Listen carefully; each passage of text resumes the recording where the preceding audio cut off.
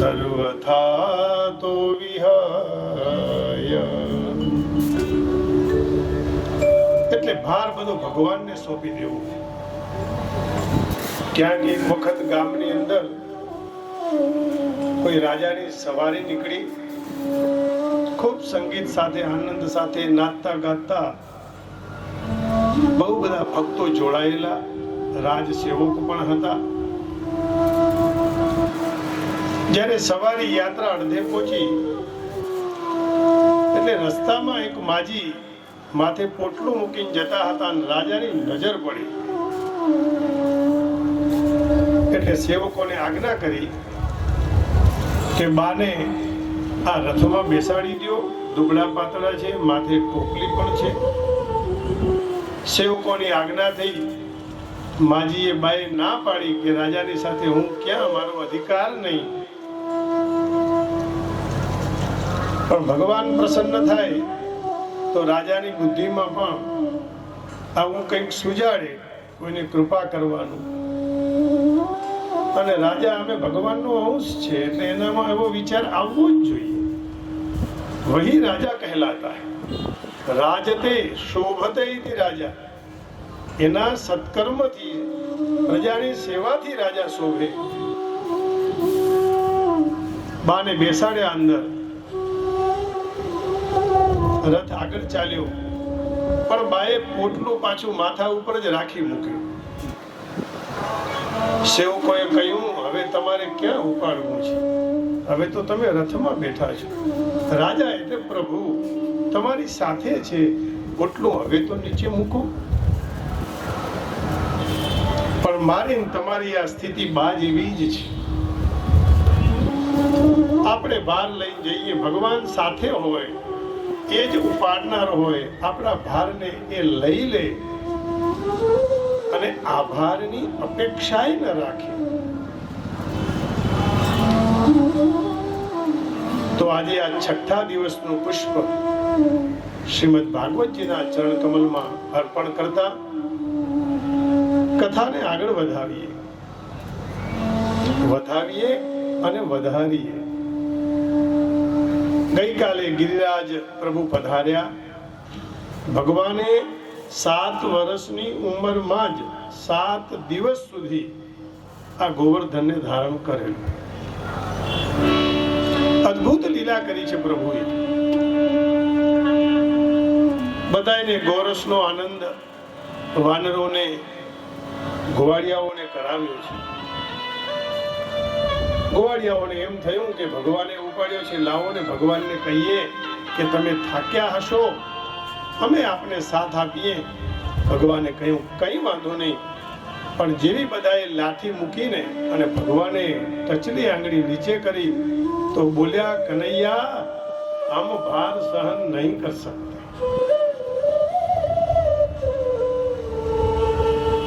કનૈયાએ પોતાની ભગવત્તા બતાવી. ગોવાળિયાઓ કે મોયો કોઈ કામ નહીં પ્રભુ. ભગવાને સાથ આપી દીધો.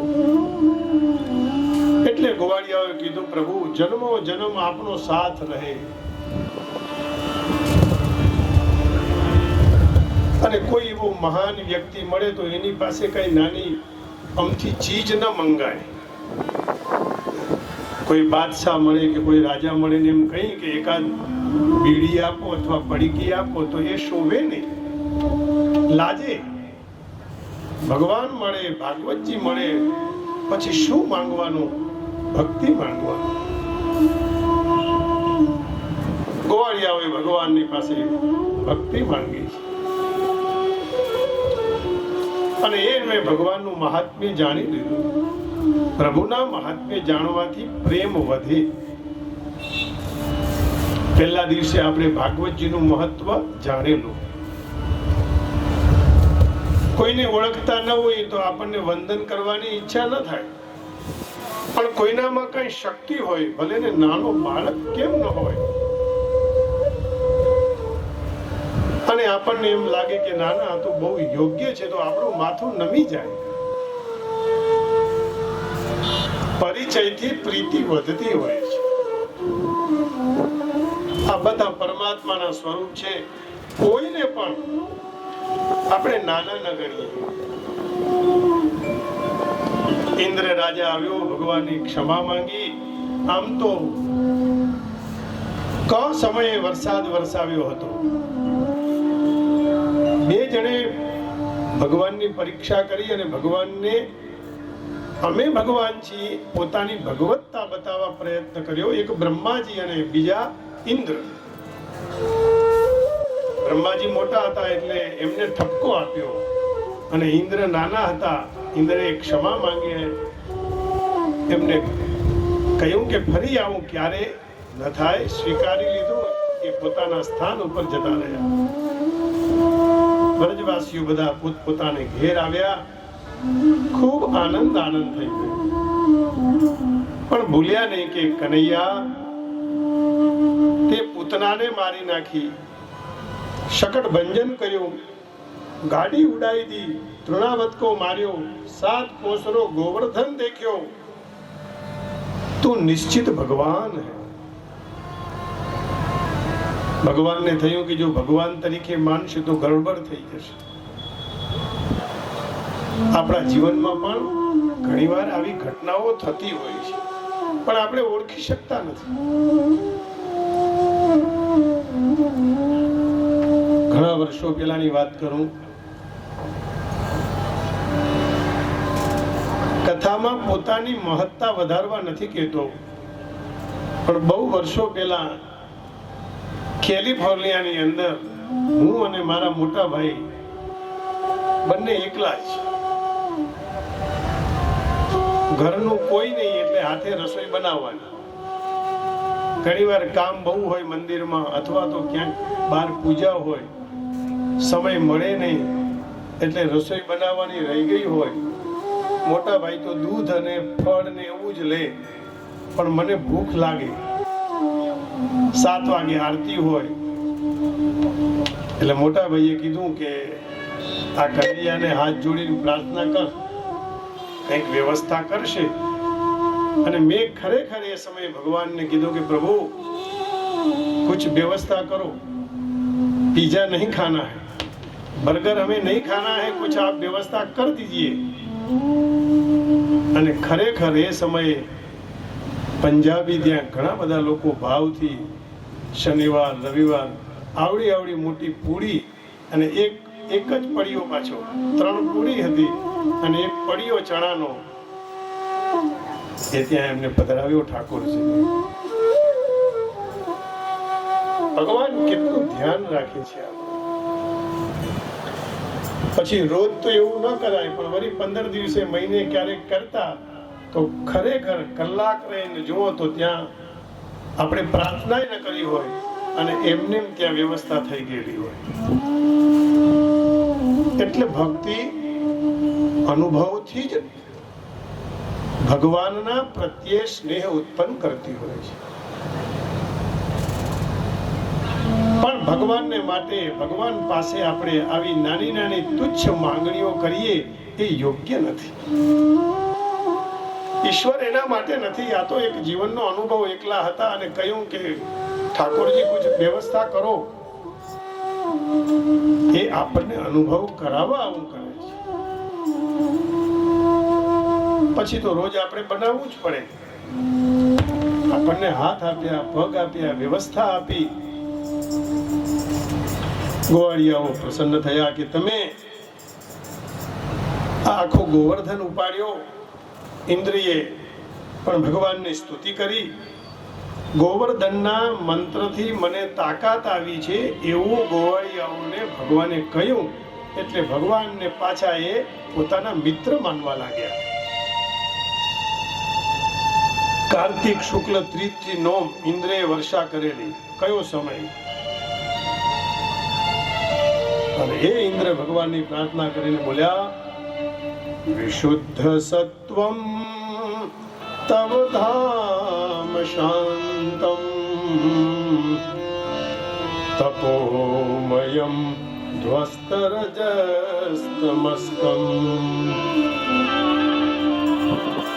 માયામયોયમ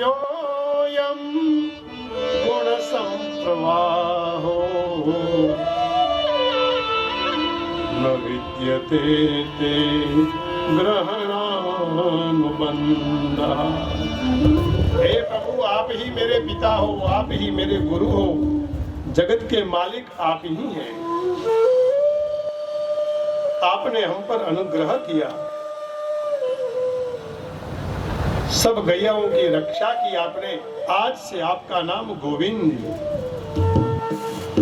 अयम हि इंद्रो हि देवानां, अहम हि इंद्रो हि देवानां, त्वं गवां इंद्रतां गतः। गोविंद इति लोके त्वां पश्यन्ति भुवि मानवाः। અને પછી દશમીના દાડે ઇન્દ્રે વિદાય લીધી. એકાદશી આવી. एकादश्याम निराहारः समभ्यर्च्य जनार्दनम स्नातुम नंदस्तु कालिंद्या द्वादश्याम जलम आविशत। नंद बाबा एकादशी ने दिवसे निराहार लेता હતા. ભગવાનના પૂજન કરે, સહસ્ત્રદલ તુલસી ચડાવે. દસમના દિવસે ખ્યાલ ન રહ્યો, એમને એમ થયું કે સવાર પડી, પણ 12 વાગ્યાનો સમય હતો રાત્રિનો. જલમાં જે ડૂબકી મારી અને અપરાધ થઈ ગયો વરુણ દેવતાનો, એટલે એમને પકડીને વરુણ લોકમાં લઈ ગયા. 11:30 થી 3:30 સુધી આસુરી વૃત્તિનો વાસ હોય છે, એટલે જલમાં સ્નાન ન કરાય, જવાય નહીં. જ્ઞાન માર્ગમાં વ્રત નિયમ છૂટે, પણ વ્રજવાસી ભક્તોને તો ભગવાન મળી ગયેલા. પછી તો એકાદશીનું મહત્વ સમજાવ્યું, ભગવાનને ખબર પડી, એટલે ભગવાન વરુણ લોકમાં ગયા. પિતાજીને ત્યાંથી પાછા વ્રજમાં લઈ આવ્યા છે. અમારા ગુરુજી એમ કહેતા, એકાદશ્યામ વિશેષેણ કર્તવ્યમ ભોજનદ્વયમ રાત્રौ જાગરણં કૃત્વા દિવાતુ હરિકીર્તનમ. એકાદશીના દિવસે 2 વખત ભોજન કરવું એમ કહ્યું છે. તમને એમ થશે કે આ નવા મહારાજ ક્યાંથી આવ્યા? એકાદશીના 2 વખત જમવાનું? વડીલોને તરત પ્રશ્ન થાય, પણ બહુ સુંદર જવાબ આપ્યો. રાત્રૌ જાગરણં કૃત્વા, રાત્રે જાગવાનું. જેમ આપણે 6 દિવસથી, છેલ્લા 5 દિવસથી આજે 6થો દિવસ થયો, રોજ રાત્રે જાગી કીર્તન કરીએ છીએ. રાત્રૌ જાગરણં કૃત્વા. અને પછી બહુ કઠિન વાત કરી. હા, રાતે તો બધા અત્યારે જાગે, 11 વાગ્યા સુધી અમે બેઠેલા હોય છે. 11:30-12 થાય, પણ કથાના મંડપમાં પ્રભુ કૃપા હોય તો જ આવી શકે. સમયસર આવવું એ બી પ્રભુની કૃપા છે. મેં આજે એક ભક્ત જોડે વાત કરી કે તમે બેસી નહીં શકો તો તમે 10 વાગે આવશો તોય ચાલશે. એમને કહ્યું, ગુરુજી નહીં, તમે કેટલા વાગે શરૂઆત કરો છો? મેં કીધું 8 વાગે. તો કે અમે 8 વાગે આવી જઈશું. અમે ભજન માટે આવીએ છીએ, અમે ભક્તિ માટે આવીએ છીએ, અને અત્યારે અહીંયા બેઠેલા છે. કથાની શરૂઆતથી જ કૃપા સિવાય કંઈ ન થઈ શકે. સમય એમને યાપન કરી, સોસાયટીની બહાર ખુરશીઓ નાખીને સમયને બરબાદ કરી દઈએ. આ ગંગા ઘર આંગણે આવી છે, પણ ક્લાસમાં જે મોડા આવે ને એને આવું સાંભળવાનું ના રહે, જે વહેલા આવે એને જ સાંભળવાનું થાય. અહીંયા પણ એ જ સ્થિતિ છે. પણ મને આનંદ થાય, કહેવાનું મન થાય કે આમાં ઘણા બધા સમયસર આવીને કથાનો લાવો લે છે. આ મહારાજની કથા નથી, આ માધવની કથા છે. મહારાજ તો નિમિત્ત છે ખાલી. એટલે કયું રાત્રો જાગરણ કૃત્વા દિવાતુ હરિ કીર્તનમ. દિવસે ભગવાનનું ભજન કરવું અને રાત્રે જાગવાનું. એટલે આ બધા પેલા મોડાક્ત અને બધા જે વ્રતો આવતા એટલા માટે આવતા. આ વ્રતો પણ આજે જતા રહ્યા, ભૂલાઈ ગયા. દીકરીઓ કરવા તૈયાર નથી, માનવા તૈયાર નથી કે આવું હોય. પિક્ચર જોવા લઈ જાવ તો 3 વાગ્યા સુધી જાગશે, પણ મોડાક્તના કેવા કઈ વ્રતના જપ તપ કરવાના હોય તૈયાર નથી. ભૂલ કોની છે? આપણી છે. આપણે સમજાવી શકતા નથી.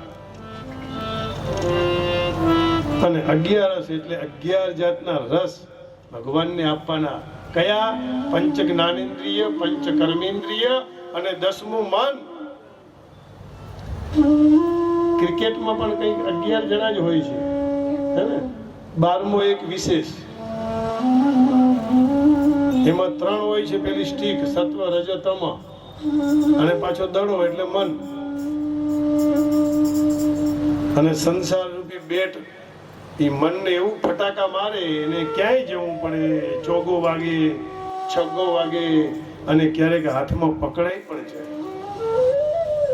એમ ભગવાનને મન આપી દઈએ દડા રૂપી, તો એ મન ક્યારેક ભગવાન પકડી લેશે, તબ ઉદ્ધાર હો જાયગા. પણ કોઈને ત્યાં એક બા જશોદા જેવા, અને જ્યારે 11 આવે એટલે 10મના વ્રત કરે, 11ના ફલાહાર લે, પાછું 12ના પણ એક ટાઈમ જમે, અને પૂર્ણ એકાદશી કહેવાય. એ કરે. 11નો દિવસ હતો, બા વેલા થેલી લઈ. હવે તો આવું જોવા નથી મળતું. ગામડાઓમાં કદાચ હજી છે. અમારે સુયોજનમાં હું જોઉં છું, બીજી સોસાયટીમાં હશે જ, પણ સુયોજનમાં હું રહું છું એટલે ત્યાં હું જોઉં છું ઘણા બા 4-5 ખુરશી નાખી અને ભાગવત કથાનું વાંચન કરતા. મારી થેલી લઈ અને મંદિરે ગયા 11નો દિવસ. પણ જતા જતા વહુને કીધું, બેટા આજે 11 છે, મને આવતા વાર લાગશે, જો થોડો સિંગપાક બનાવજો અને થોડો દૂધ પાક કરજે બેટા. સાબુદાણાનો દૂધ પાક થઈ શકે. અને તને ખબર છે ને, મને સાબુદાણાની ખીચડી બહુ ભાવે, એટલે થોડી એ કરજે. અને દાદા ગઈકાલે જ દૂધી લઈ આવ્યા છે, તો થોડો દૂધીનો હલવો કરજે ને બેટા. અને મને કઢી તો જોઈએ જ, સાથે કોરું તો પડે ને, એના વગર ચાલે નહીં. મોરૈયો બનાવજે, થોડું મને દહીં પણ જોઈશે. અને બાલાજીના પેકેટ હવે તૈયાર મળે છે, તો બેટા ચેવડો અને સાથે 2-3 વેફરના પેકેટે લાવજે.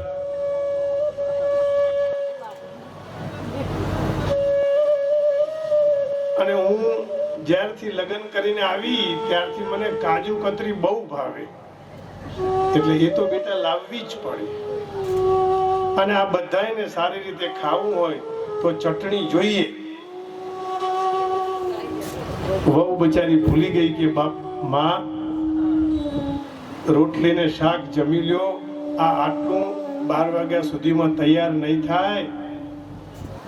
પણ છતાંય વહુ બહુ હોશિયાર ડાઈ હતી, બધું બનાવ્યું અને માને પગે લાગીને કીધું કે આવી એકાદશી કરવા કરતા આ મન અને ઇન્દ્રિય અને મન જ્ઞાનેન્દ્રિય 5, કર્મેન્દ્રિય અને મન ભગવાનને આપીને કરીએ તો ઠાકોરજી રાજી થાય. બોલો, આવી એકાદશી ફળે. કૃષ્ણ કનૈયા લાલ કી જય, દ્વારિકાધીશ કી જય. એક સમય બધા ગોવાળિયાઓ ભગવાનની સાથે રમતા હતા અને કહ્યું કે કનૈયા, તારી ભગવત્તા અમે જોઈ ગયા છે, અમને વૈકુંઠ બતાવ ને. બધા એને કીધું, સારું, બ્રહ્મકુંડમાં ડૂબકી મારો. ચતુર્ભુજધારી ભગવાન ની સાથે ગોવાળિયાઓ વૈકુંઠમાં પહોંચ્યા છે. પણ વૈકુંઠમાં જવું હોય તો કીર્તન તો કરવું પડે, કીર્તન વગર ચાલે નહીં. કીર્તનનો ઊંધો અર્થ કરીએ તો નર્તકી થઈ જાય છે. તો આવો ભગવાનનું આપણે સંકીર્તન કરીએ. વિઠ્ઠલ વિઠ્ઠલ વિઠ્ઠલા હરિ ઓમ વિઠ્ઠલા વિઠ્ઠલ વિઠ્ઠલ વિઠ્ઠલા હરિ ઓમ વિઠ્ઠલા વિઠ્ઠલ વિઠ્ઠલ વિઠ્ઠલા હરિ ઓમ વિઠ્ઠલા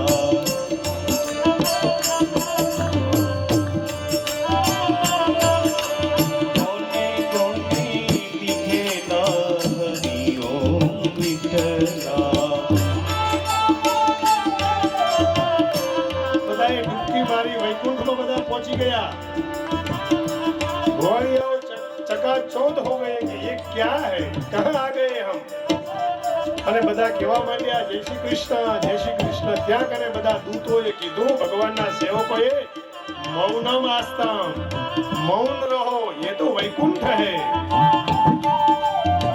વિઠ્ઠલ વિઠ્ઠલ વિઠ્ઠલા વિઠ્ઠલ વિઠ્ઠલ વિઠ્ઠલા હરિ ઓમ વિઠ્ઠલા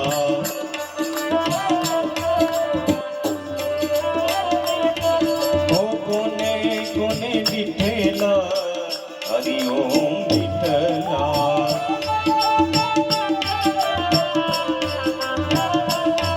હે વીરાબાઈએ વિઠ્ઠલા હરિ ઓમ વિઠ્ઠલા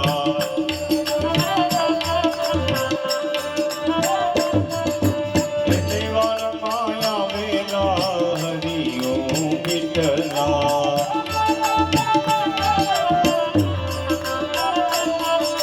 વિઠ્ઠલ વિઠ્ઠલ વિઠ્ઠલા હરિ ઓમ વિઠ્ઠલા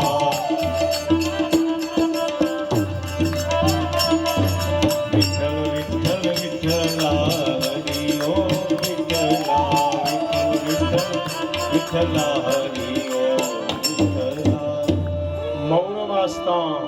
ઘોડીઓ ગામડાના બધા ઉભા રહી ગયા. અરે ભાઈ, ये कैसो वैकुंठ है. काऊ ते राम राम नहीं, काऊ તે જય શ્રી કૃષ્ણ નહીં. આજે જય શ્રી કૃષ્ણ બોલતા આપણને શરમ આવે છે. સવારના કોઈ સામે મળે ને તો આપણે સામેથી જય શ્રી કૃષ્ણ કહી દેવા, એટલે આપણે આખો દિવસ હલકા થઈ જાય. નહીં તો 12 વાગ્યા સુધીમાં કે પેલી મંગળા મળી હતી અને જય શ્રી કૃષ્ણ ન બોલી તો 12 વાગ્યા સુધીમાં બીપી વધી જાય. એના કરતા કહી દેવું જય ગોપાલ, રાધે રાધે કૃષ્ણ. શું એમાં જવાનું છે? સવારના ચાલતા ચાલતા કેટલા બધા મળે, જય શ્રી કૃષ્ણ માળા થઈ જાય. ગોવાળિયાઓ કહેવા લાગ્યા, हम समझ न पावे, हर क्षेत्र में जहां जाओ वहां अपनी भाषा होती है. કોઈ જય શ્રી કૃષ્ણ કહે, ગુડ મોર્નિંગ કહે. પરદેશમાં આ ખરું, તમે સવારે મળો તમને ઓળખે નહીં. તમે ધોતીમાં હોય તો પેલો ગુડ મોર્નિંગ કે આપણાથી આગળ છે એવું લાગે ઘણી બાબતોમાં. આપણે અહં છોડી શકતા નથી. એટલે પછી ભગવાન નથી એવું આપણને લાગે, આપણને આનંદ ના આવે. કદાચ ક્યારેક કોઈક ના કે તો કઈ વાંધો નહીં, બીજી વાર બોલશે. બોલ દેને કા. ક્યાંક હાય હાય હોય, ક્યાંક ક્યાંક બાય બાય હોય, હે ને. 25 વર્ષ પહેલાનું એક સૂત્ર પરદેશથી પાછા વળ્યા પછી હોન્ડામાં લખેલું, હાય હેલો છોડો और हरिओम बोलो. ये हमारा सूत्र है. हरि हरि करो तो हरि आवશે.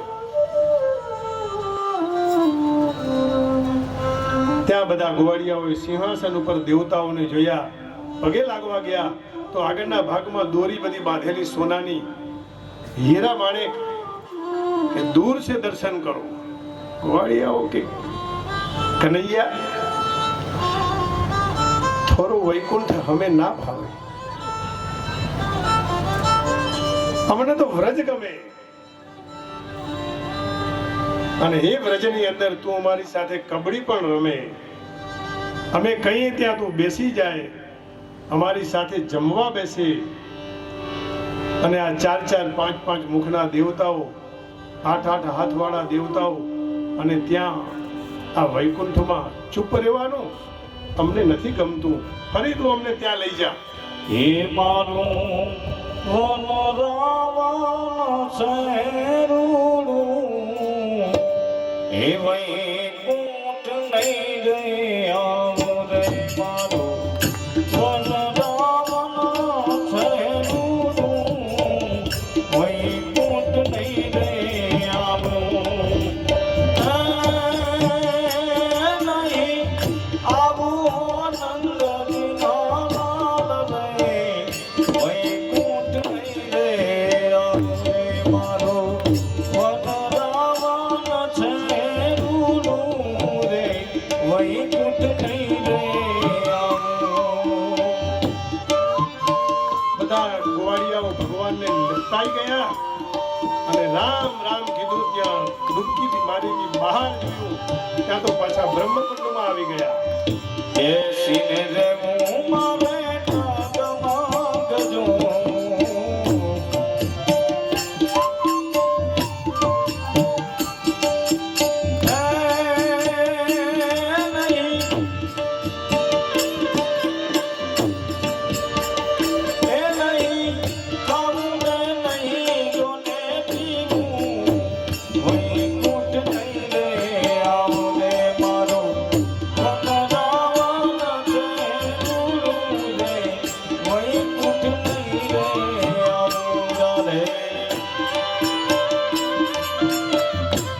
ગોવાળિયાએ કહ્યું, પ્રભુ આપ ખરાબ ન માનતા, પણ જ્યાં રામ રામનું નામ ન લેવાય ને ત્યાં આરામ ક્યાંથી મળે? માટે અમે વૈકુંઠને છોડીને વ્રજમાં જવા ઈચ્છીએ છીએ. ભગવાનની લીલાથી બધા ફરી પાછા વ્રજમાં આવ્યા. સુખદેવજી મહારાજ પરીક્ષિત રાજાને કહે કે હવે ભગવાન મહારાસ લીલા તરફ પ્રયાણ કરે છે. દસમ સ્કંદ એ ભગવાનનું હૃદય છે અને જીવ અને શિવની એકતા. 29, 30, 31, 32 અને 33 આ રાસ પંચાધ્યાયી એ ભાગવતજીના પ્રાણ છે. એમાં 31મો અધ્યાય ગોપી ગીત છે. વૈકુંઠ નાથને કહે છે કે અમારો હાથ પકડો પ્રભુ.